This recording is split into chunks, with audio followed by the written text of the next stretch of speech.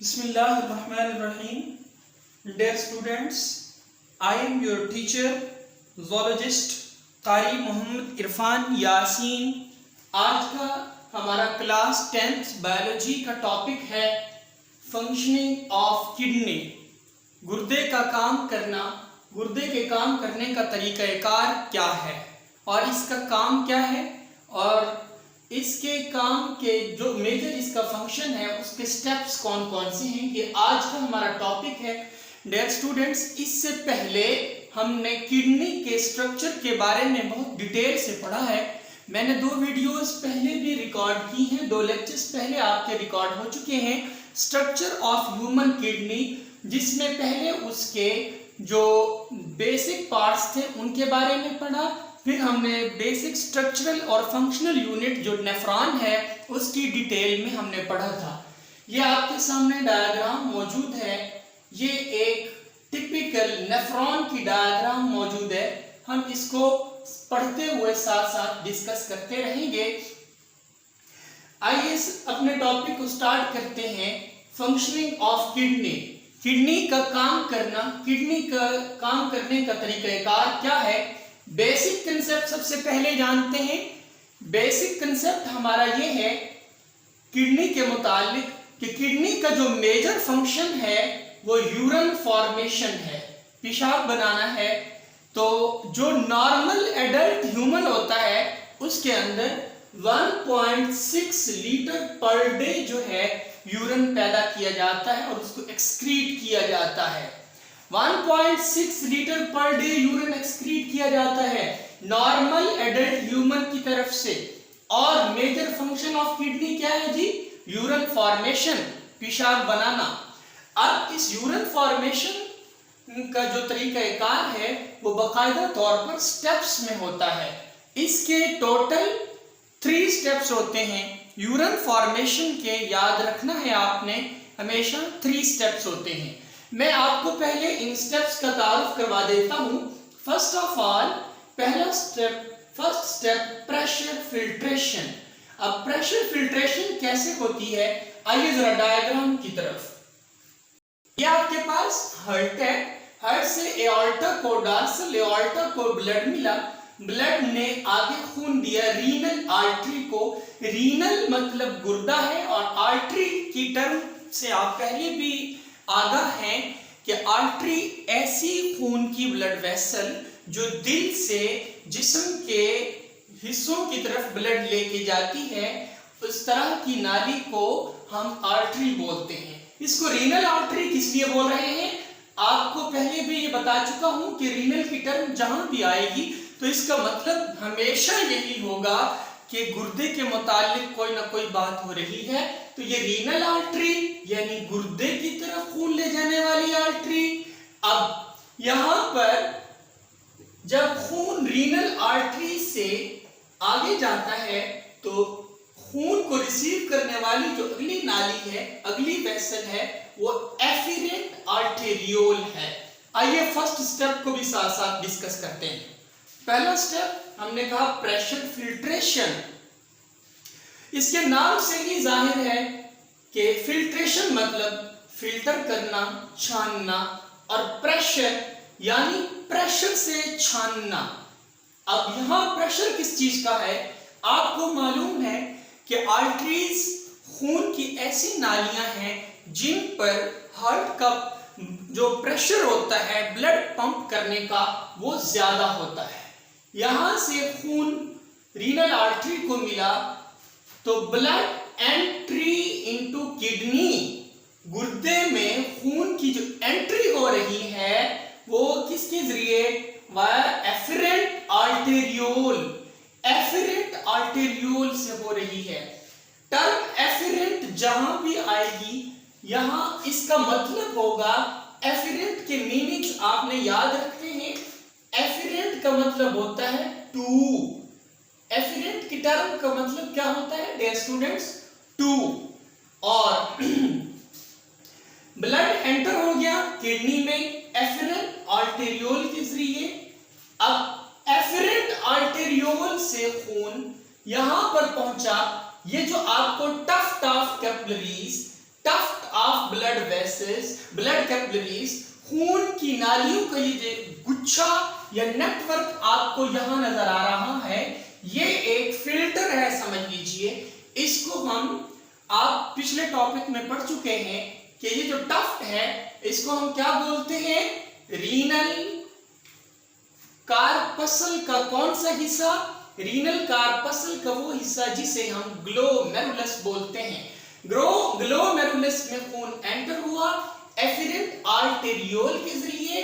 एफिरेंट arteriole जो है ये मोटी भी होती है और थोड़ी स्ट्रॉन्ग भी होती है, मजबूत होती है, क्योंकि पीछे से ब्लड का प्रेशर ज्यादा होता है हार्ट की तरफ से रीनल आर्टरी में, और इस वजह से इसका मजबूत होना इंतहाई जरूरी होता है। यहां से खून एंटर हुआ किसमें, ग्लोमेरुलस में।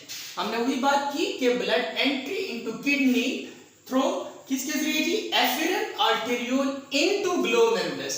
ग्लोमेरुलस तक हमने खून पहुंचा दिया जी, यहां तक खून पहुंच गया।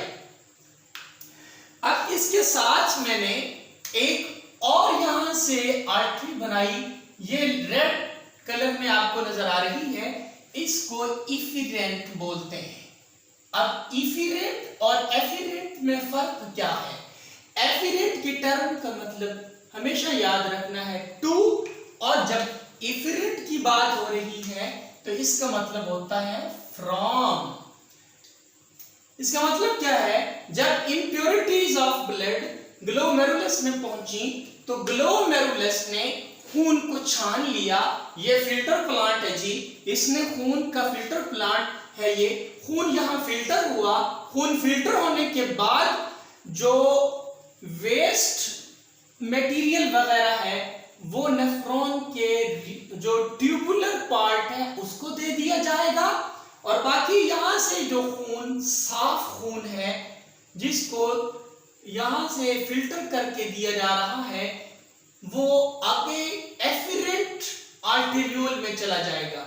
ये इफिरेंट आर्टेरियोल में चला जाएगा। इफिरेंट आर्टेरियोल यहां से ब्लड को फिर दोबारा खून तक पहुंचाएगा कि ये ले जी, ये काम का खून है, ये साफ खून है। इम्प्योरिटीज हमारी जो थी वो हमने नेफ्रॉन के ग्लोमेरुलस को दे दी हैं जी। देखिए एंटर हो गया ब्लड, ग्लोमेरुलस तक हमने पहुंचा दिया। इसके बाद blood entry into kidney through efferent arteriole into glomerulus due to high blood pressure. अब हाई ब्लड प्रेशर मैंने आपको पहले भी बताया कि आर्टरीज जितनी भी किस्म की हैं इनके अंदर जो ब्लड प्रेशर होता है वो हमेशा हाई होता है। Due to high blood pressure की वजह से यहां पर ब्लड को छाना लगाया जाता है, फिल्टर किया जाता है। अब फिल्टर होने के बाद, फिल्टर क्या क्या चीज होती है, वाटर, साल्ट्स, यूरिया वगैरह को फिल्टर किया जाता है इस फिल्टर के जरिए से जी। फिल्टर होने के बाद जो रिमेनिंग मटेरियल बचता है उसको हम कहते हैं ग्लोमेरुलर फिल्ट्रेट। अब ग्लोमेरुलर फिल्ट्रेट क्यों कह रहे हैं, क्योंकि ग्लोमेरुलस ने इसको छाना लगाया है, इसको फिल्टर किया है, इस वजह से इसको ग्लोमेरुलर फिल्ट्रेट बोल रहे हैं। अब ये जो आपके ग्लोमेरुलस से फिल्ट्रेट है ये एंटर हो जाएगा जनाब किसके अंदर, अगला हिस्सा बूमेन्स कैप्सूल का है। ये मैं एरो लगा रहा हूं नीचे की तरफ, ये ग्लोमेरुलर फिल्ट्रेट के एंट्री के लिए एरो लगाया मैंने।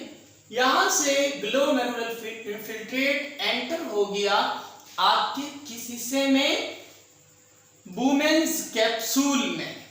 यहां तक जी हमारा फर्स्ट स्टेप क्लियर हो गया। ये फर्स्ट स्टेप था प्रेशर फिल्ट्रेशन। प्रेशर दिल से मिला, दिल से डॉर्सल एओर्टा को, डॉर्सल एओर्टा से रीनल आर्टरी को, रीनल आर्टरी ने खून दिया किसको, एफिरेंट आर्टेरियोल को, एफिरेंट आर्टेरियोल ने खून पहुंचाया ग्लोमेरुलस तक। ग्लोमेरुलस फिल्टर है, उसने फिल्टर किया खून को। फिल्टर करने के बाद जो इम्प्योरिटीज हैं वो ग्लोमेरुलर फिल्ट्रेट उसको कहते हैं, जो रिमेनिंग मटेरियल है वो अब आगे पहुंचाया जाएगा।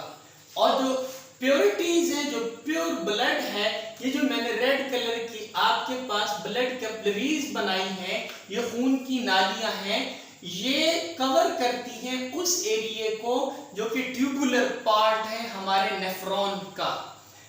और इन ब्लड की जो ये नालियां हैं, ये जो ब्लड वेसल्स हैं, ब्लड कैपिलरीज हैं, अगर हम इनको मजमूई तौर पर नाम दें तो हम इनको कहते हैं वैसा रेक्टा। मैं आपको वहां ये समझाता हूं कि वैसा रेक्टा क्या है। मजमूई तौर पर अगर इन ब्लड कैपिलरीज को नाम दिया जाए तो हम इनको बोलते हैं वैसा रेक्टा। रेक्टा कहते हैं हम जाल को, वैसा कहते हैं नालियों को। ये रीनल ट्यूब्यूल के हिस्से को कवर करता है, ये वैसा रेक्टा कहलाता है। अब हम दूसरे स्टेप की तरफ बढ़ रहे हैं, सिलेक्टिव रीअब्जॉर्प्शन। नाम से ही जाहिर है मुंतखब शुदा इंजज़ाब, यानी जो चीजें जज़ब करने की हैं वो ही जज़ब की जाएंगी। सारे की सारी चीजें जज़ब कर दी जाएं। अगर टोटल आने वाला जो फिल्ट्रेट है यहाँ से ग्लोमेरुलर फिल्ट्रेट, अगर सारे का सारा जज़ब कर लिया जाए तो फिर यूरिन कैसे बनेगा? इसलिए सिलेक्टिव रीअब्जॉर्प्शन हम ये टर्म इस्तेमाल कर रहे हैं। देखिए जी, 99% रीअब्जॉर्प्शन ऑफ ग्लोमेरुलर फिल्ट्रेट। ये जो दूसरा स्टेप है इसमें 99% रीअब्जॉर्प्शन हो जाती है। किसकी? ग्लोमेरुलर फिल्ट्रेट की। इसके बाद जी, अब ये रीअब्जॉर्प्शन जो 99% हो रही है, ये किसके जरिए होती है? थ्रू वैसा रेक्टा। अब वैसा रेक्टा को हमने यहाँ डिफाइन भी कर दिया है, blood capillaries surrounding the renal tubule. ऐसी ब्लड कैपिलरीज जो रीनल ट्यूब्यूल को सराउंड करती हैं, घेरती हैं। ये सारी जो हमने खून की नालियां बनाई हुई हैं, ब्लड कैपिलरीज जो बनाई हैं, ये सारी की सारी नेफ्रॉन के ट्यूबुलर पार्ट को सराउंड किए हुए हैं, घेरे हुए हैं। इन सबको कलेक्टिवली वैसा रेक्टा कहते हैं। Blood capillaries surround the renal tubule. वो ब्लड कैपिलरीज जो रीनल ट्यूब्यूल को सराउंड करती हैं, घेरती हैं, उनको वैसा रेक्टा कहा हमने। अच्छा जी, आप देखते हैं कि रीअब्जॉर्प्शन यहां पर किस किस चीज की होती है। रीअब्जॉर्प्शन अब कहां से स्टार्ट होगी? यहां तक हमारा पहला स्टेप था, इसके बाद अब दूसरा स्टेप है। दूसरे स्टेप में जब हम नेफ्रॉन के इस हिस्से की तरफ बढ़े तो इस हिस्से को हम बोलते हैं proximal convoluted tubule. Proximal convoluted tubule. Proximal convoluted tubule में रीअब्जॉर्प्शन स्टार्ट हो गई। रीअब्जॉर्प्शन में क्या क्या चीज एब्जॉर्ब हो रही है? यहां पर आपके पास जो प्रोसेस है पहले वो देख लें। कौन कौन से प्रोसेस से रीअब्जॉर्प्शन होगी? ऑस्मोसिस के जरिए, डिफ्यूजन के जरिए, एक्टिव ट्रांसपोर्ट के जरिए। जब ऑस्मोसिस होगा तो वाटर की एब्जॉर्प्शन होगी। जब एक्टिव ट्रांसपोर्ट की टर्म के बारे में बात की जा रही है तो इसका मतलब सॉल्ट्स की एब्जॉर्प्शन हो रही है। इसके बाद जी यहाँ पर प्रॉक्सिमल कन्वोलेटेड ट्यूब्यूल के बारे में हमने बात कर ली। वाटर और कुछ यूरिया यहाँ पर एब्जॉर्ब होता है प्रॉक्सिमल कन्वोलेटेड ट्यूब्यूल में। इसके बाद हमारे नेफ्रॉन का अगला हिस्सा, जिसको हमने कहा था कि यू शेप्ड पार्ट जो होता है नेफ्रॉन का, हम उसको लूप ऑफ हेनले बोलते हैं। ये मैं अगर अलग करके बनाऊं तो ये यू शेप आपके नेफ्रॉन के अंदर मौजूद है। ये मैंने ग्रीन कलर से जो स्ट्रक्चर बनाया हुआ है, ये आपके पास जो है क्या है जी? क्या बोला हमने इसको? डियर स्टूडेंट्स, हमने इसको लूप ऑफ हेनले कहा। लूप ऑफ हेनले, इसके दो लिम्स होते हैं, दो पार्ट्स हैं, दो हिस्से हैं। वो कैसे? एक ये कि जब प्रॉक्सिमल कन्वोलेटेड ट्यूब्यूल से ग्लोमेरुलर फिल्ट्रेट नीचे की तरफ मूव कर रहा है, नीचे की तरफ मूव कर रहा है, ये देखें। अब नीचे की तरफ जब मूव कर रहा है फिल्ट्रेट जिस हिस्से से, इसको हम बोलते हैं descending descending loop of Henle. अब यहां पर जहां मैंने एरो नीचे की तरफ बनाए, ये वाला पार्ट हमारा ये डिसेंडिंग लूप ऑफ हेनले है। Descending loop of Henle, descending DLH, descending loop of Henle है, जहां से ग्लोमेरुलर फिल्ट्रेट नीचे आ रहा है। यहां एक बात आपने नोट करनी है कि ये जो आपका डिसेंडिंग लूप ऑफ हेनले है, ये मेजर एब्जॉर्प्शन का किरदार अदा करता है H2O की। पानी की एब्जॉर्प्शन सबसे ज्यादा डिसेंडिंग लूप ऑफ हेनले में होती है। ग्लोमेरुलर फिल्ट्रेट में जो पानी है उसकी सबसे ज्यादा जो एब्जॉर्प्शन है डियर स्टूडेंट्स, वो कहां होती है? आपके डिसेंडिंग लूप ऑफ हेनले में। डिसेंडिंग लूप ऑफ हेनले में पानी की सबसे ज्यादा एब्जॉर्प्शन होती है। अब इसके बाद आ जाता है दूसरा हिस्सा, जहां से ग्लोमेरुलर फिल्ट्रेट को ऊपर की तरफ मूव करके अगले हिस्सों की तरफ जाना है। अब ये वाला हिस्सा जहां से ग्लोमेरुलर फिल्ट्रेट ऊपर की तरफ मूव करके जाएगा, इसको मैं लिखने लगा हूं यहां ascending loop of Henle. Ascending loop of Henle, इसमें हमारा फिल्ट्रेट ऊपर की तरफ मूव कर रहा है और मूव करते हुए जब यहां तक पहुंचेगा तो इस हिस्से के बारे में मैं बताता हूं कि ये कौन सा हिस्सा है। सेकंड स्टेप को मैं दोबारा जहां तक करवा लिया मैं वहां तक रिवाइज करने लगा हूं। हमारे पास सेकंड स्टेप में हमने कहा सिलेक्टिव रीअब्जॉर्प्शन होती है। 99% रीअब्जॉर्प्शन ऑफ ग्लोमेरुलर फिल्ट्रेट हो जाती है यहां पर, क्योंकि पानी यहां एब्जॉर्ब किया जा रहा है और प्रॉक्सिमल कन्वोलेटेड ट्यूब्यूल में वाटर और यूरिया और कुछ चीजें आयन वगैरह वहां भी इनको एब्जॉर्ब किया जा रहा है। मजीद एब्जॉर्प्शन वाटर की डिसेंडिंग लूप ऑफ हेनले में आकर हो जाती है। डिसेंडिंग लूप ऑफ हेनले तक हम पहुंच चुके हैं। मैंने यहां बना दिया कि लूप ऑफ हेनले रीअब्जॉर्प्शन हो रही है, यहां वाटर की रीअब्जॉर्प्शन हो रही है। सबसे ज्यादा जो हमारे पास ये डिसेंडिंग लूप ऑफ हेनले, ये वाला डिसेंडिंग लूप ऑफ हेनले है और ये वाला हमारे पास एसेंडिंग लूप ऑफ हेनले है। डिसेंडिंग लूप ऑफ हेनले में सबसे ज्यादा पानी की एब्जॉर्प्शन होती है और एसेंडिंग लूप ऑफ हेनले में हमारे पास साल्ट्स की एब्जॉर्प्शन होती है। रीअब्जॉर्प्शन जब होती है तो बाकी जो फिल्ट्रेट बच जाता है वो आगे की तरफ मूव करेगा। जब आगे मूव तो नेफ्रॉन का अगला हिस्सा, आपको मालूम है ये वाला, ये मुखमदार हिस्सा, इस हिस्से को हमने बोला था कि distal convoluted tubule, distal convoluted tubule हमने इसको बोला था। डिस्टल कन्वोलेटेड ट्यूब्यूल तक ग्लोमेरुलर फिल्ट्रेट हमारा पहुंच चुका। अब यहां पर मजीद रीअब्जॉर्प्शन होगी। अब नेफ्रॉन ये चाहता है कि ज्यादा से ज्यादा जो है पानी और जो काम की चीजें हैं वो एब्जॉर्ब कर ली जाएं और जब यूरिन बनाया जाए तो वेस्ट मटेरियल से जो बाकी बचने वाला मिनिमम से मिनिमम यानी ज्यादा कंसंट्रेशन वाला यूरिन बनाया जाए। तो यहां पर डिस्टल कन्वोलेटेड ट्यूब्यूल भी एब्जॉर्प्शन का किरदार अदा करता है। अब यहां पर डिस्टल कन्वोलेटेड ट्यूब्यूल की खास बात यह है, यहां पर दो हार्मोन होते हैं, एंटी डाययूरेटिक हार्मोन या इसका दूसरा नाम होता है वैसोप्रेसिन। ये क्या करते हैं? एब्जॉर्प्शन ऑफ वाटर का काम कर रहे हैं। और इसी के साथ एल्डोस्टेरॉन, वाटर और थोड़ी सी मिकदार NaCl सोडियम क्लोराइड की भी यहां पर एब्जॉर्ब होती है डिस्टल कन्वोलेटेड ट्यूब्यूल में। ये हमारे दो स्टेप कंप्लीट हुए, सिलेक्टिव रीअब्जॉर्प्शन भी हो गया और प्रेशर फिल्ट्रेशन भी हो गया। हम यहां तक पहुंच चुके हैं।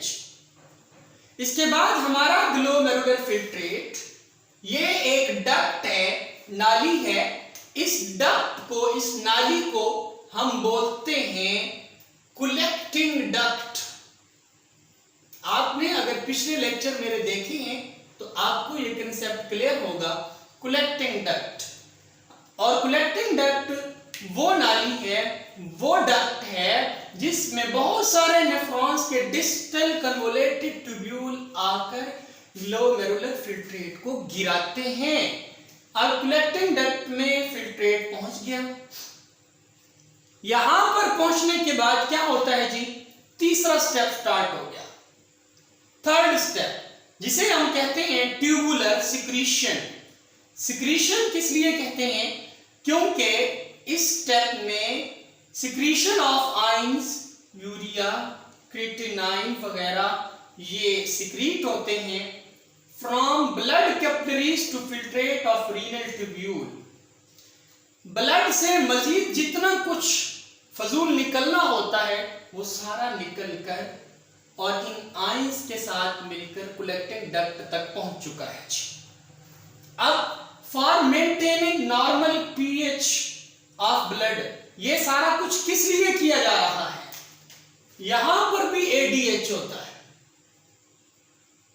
अब ये मजीद रीअब्जॉर्प्शन कर लेता है, anti diuretic hormone collecting duct के अंदर मजीद एब्जॉर्प्शन कर रहा है, रीअब्जॉर्प्शन मजीद हो जाती है, ज्यादा से ज्यादा मेंटेन किया जा सके, जो काम का मटेरियल है, जो वेस्ट मटेरियल है, उसे खारिज किया जा सके। जी, कलेक्टिंग डक्ट तक पहुंचे, सिक्रीशन हो गई आयंस वगैरह की, इनके होने के बाद हमने क्या कहा, जो फिल्ट्रेट है रीनल ट्यूब्यूल में वो आ जाता है, रीनल ट्यूब्यूल से फिर कलेक्टिंग डक्ट तक पहुंच गया। ये सब किस लिए हो रहा है, ये आयंस वगैरह किस लिए सिक्रीट हो रहे हैं, इसलिए कि जो ब्लड की नॉर्मल पीएच है उसको मेंटेन रखा जाए। अगर वेस्ट मटेरियल ज्यादा होंगे, अगर काम की चीजें कम होंगी खून के अंदर, तो जाहिर बात है पीएच हमारी डिस्टर्ब हो जाएगी। सिक्रेटेड आयंस, अब जो आपके आयंस सिक्रीट होते हैं वो क्या करते हैं, जो ग्लोमेरुलर फिल्ट्रेट है उसके साथ कंबाइन कर लेते हैं, और जो ही सिक्रेटेड आयंस ग्लोमेरुलर फिल्ट्रेट जो बाकी बच चुका है, वो कंसंट्रेटेड हिस्सा जो ग्लोमेरुलर फिल्ट्रेट का आखिर में कलेक्टिंग डक्ट तक पहुंचा है, वो और इसके अलावा कौन सी चीजें जो आयंस खारिज हुए वो आपस में जब मिलते हैं तो क्या चीज बनाते हैं, यूरन। मैं दोबारा इसको रिवाइज करता हूं, सिक्रेटेड आयंस जो होते हैं वो कंबाइन करते हैं with the filtrate and यूरन is formed. अब फिल्ट्रेट और जो सिक्रेटेड आयंस हैं ये दोनों आपस में क्या करेंगे, यानी मैं यहां लिख देता हूं ग्लोमेरुलर फिल्ट्रेट प्लस आयंस, जब ये आपस में कंबाइन करेंगे तो हमारे पास जो फाइनली चीज बनेगी दैट विल बी यूरन। वो क्या होगा, यूरन होगा। अब यूरन पेपिलरी डक्ट से होता हुआ finally urine moves toward the collecting duct then to renal pelvis. Renal pelvis तक पहुंचेगा यूरन, वहां से यूरेटर तक पहुंचेगा, यूरेटर से फिर यूरिनरी ब्लैडर तक पहुंचेगा, और यूरिनरी ब्लैडर से होता हुआ फिर ये यूरिथ्रा तक पहुंचेगा, और इस तरह से फिर हम अपने यूरिन को खारिज करेंगे। जी डियर स्टूडेंट्स, ये हमारा आज का टॉपिक था। मैं इसको दोबारा समअप कर देता हूँ। हमारा आज का टॉपिक था फंक्शनिंग ऑफ किडनी। किडनी का काम करने का तरीकाकार क्या है, इसमें 3 स्टेप्स है। पहला स्टेप फिल्ट्रेशन, ब्लड एंटर हुआ किडनी में एफिरेंट आर्टेरियोल के जरिए ग्लोमेरुलस तक पहुंचा, ग्लोमेरुलस एक फिल्टर है, वहां पर इसको फिल्टर किया गया। फिल्टर होने के बाद जो चीज बची उसको हमने ग्लोमेरुलर फिल्ट्रेट कहा। ग्लोमेरुलर फिल्ट्रेट हमारे नेफ्रॉन के ट्यूबुलर पार्ट तक पहुंचा। ट्यूबुलर पार्ट में दाखिल होने के बाद वहां पर इसकी रीअब्जॉर्प्शन वगैरह हुई। रीअब्जॉर्प्शन होने के बाद डिस्टल कन्वोलेटेड ट्यूब्यूल तक ग्लोमेरुलर फिल्ट्रेट पहुंच गया। इसके यहाँ प्रॉक्सिमल कन्वोलेटेड ट्यूब्यूल के बाद जो हिस्सा स्टार्ट हुआ था वो लूप ऑफ हेनले है। लूप ऑफ हेनले के डिसेंडिंग लूप ऑफ हेनले में वाटर ज्यादा से ज्यादा जो है एब्जॉर्ब किया जाता है, और साल्ट्स और आयंस वगैरह वो सारे के सारे इलेक्ट्रोलाइट्स वगैरह वो असेंडिंग लूप ऑफ हेनले में एब्जॉर्ब किए जाते हैं। फिर ग्लोमेरुलर फिल्ट्रेट को दे दिया जाता है डिसेंडिंग, ये हमारे डिस्टल कन्वोलेटेड ट्यूब्यूल को, डिस्टल कन्वोलेटेड ट्यूब्यूल जो है वो इसको दे देते हैं कलेक्टिंग डक्ट को। अब हमारा थर्ड स्टेप आ जाता है, ट्यूबुलर सिक्रीशन होती है, सिक्रीशन में आयंस वगैरह यूरिया क्रिएटिनाइन खारिज किए जाते हैं और वो सब जो हैं जो अपने ब्लड कैपिलरी से निकले हुए फजूल मादे हैं उनके साथ मिल जाते हैं। आयंस मिलने के बाद फाइनली आता है यूरिन बनने के बाद, यूरिन बनने से फौरन पहले जब कलेक्टिंग डक्ट तक ग्लोमेरुलर फिल्ट्रेट पहुंचा है तो यहाँ एक हार्मोन है जिसे हमने एडीएच कहा, एंटी डाययूरेटिक हार्मोन, जो हमने यहाँ कहा था डिस्टल कन्वोलेटेड ट्यूब्यूल में भी दो हार्मोन्स मौजूद हैं। कौन कौन से मैं लिख देता हूँ, एक एडीएच और दूसरा एल्डोस्टेरोन, ये दोनों मौजूद हैं। यहाँ मैक्सिमम एब्जॉर्प्शन कर लेते हैं, फिर कलेक्टिंग डक्ट के पास आ जाता है फिल्ट्रेट, फिल्ट्रेट यहाँ आयन से मिलता है, डिफरेंट आयन से मिलने के बाद यूरिन बन जाता है, यूरिन कलेक्टिंग डक्ट में, फाइनली ये फिर यहाँ से पेपिलरी डक्ट्स में, पेपिलरी डक्ट से फिर ये कहाँ जाता है जनाब, ये हमारे पास कलेक्टिंग डक्ट और पेपिलरी डक्ट से होता हुआ रीनल पेल्विस तक जाता है, रीनल पेल्विस से यूरेटर्स तक, यूरेटर्स से फिर यूरिनरी ब्लैडर तक, यूरिनरी ब्लैडर से यूरेथ्रा से हम इसको खारिज करते हैं। ये हमारा आज का टॉपिक था। इसमें एक और चीज मेंशन करनी थी, ये जो नीले कलर की मैंने ये ट्यूब्यूल बनाई हुई है ये रीनल वेन है, ये थी आर्टरी और ये है वेन। ये जो ब्लू कलर में आपको मैंने शो की है ये वेन्स हैं और ये जो रेड कलर में शो की है मैंने आपको, ये क्या है आपकी आर्टरीज हैं। और ये जो सारा नेटवर्क है ब्लड कैपिलरीज का, इस सारे नेटवर्क ऑफ ब्लड कैपिलरीज को वैसा रेक्टा कहा जाता है। उम्मीद है आज का लेक्चर आपको क्लियर हो गया होगा। If you have any question you may ask to me. बहुत शुक्रिया, थैंक यू सो मच। आप में से जो स्टूडेंट्स इस लेक्चर को देखें प्लीज़ मेरे इस लेक्चर को शेयर भी करें और लाइक भी करें, कमेंट भी कीजिए, और जो नए लोग इस लेक्चर को देखें मेरे चैनल पर उनसे रिक्वेस्ट की जाती है कि प्लीज़ मेरे चैनल को सब्सक्राइब जरूर कीजिएगा। Thank you so much. आपका टीचर जोलॉजिस्ट कारी मोहम्मद इरफान यासीन।